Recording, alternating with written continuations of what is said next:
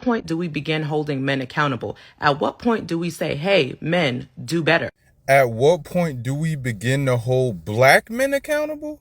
When have black men ever in the history of this country gotten away with anything? You mean holding them accountable by like child support or something? And maybe if they don't pay that child support, they'll go to prison? Or you mean like if a sibling of a black woman takes offense to the way her man is treating her and actually goes and kills him?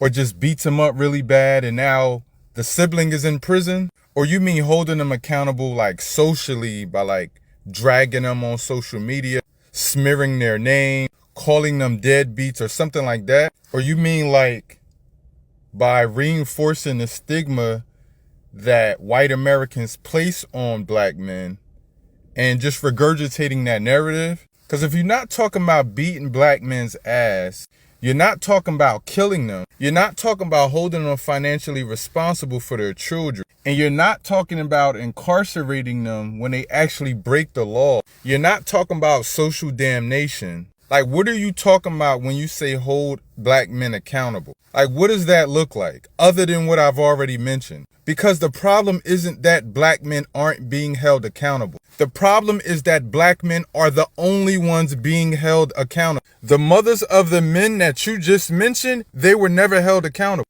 Women that have babies for men that never married them, they were never held accountable. Women that didn't even know who the father of their children were never held accountable. Women that lie and got caught lying, saying that black men sexually assaulted them, were never held accountable. Women that use their children as pawns and keep them away from the father are never held accountable. I expect this rhetoric from ignorant women that don't read, that haven't read, that only go off of social media. But when I see a learned, academically inclined individual speak these narratives, I'm embarrassed. When you can identify the visceral that some black men have for some black women while simultaneously ignoring why, you are also a part of the problem. Because if women with academic prowess can't even identify it, who is supposed to identify it? It's far too obvious. You have to intentionally ignore the factors and the reasons. It's like white people saying, I don't know why people are saying Black Lives Matter.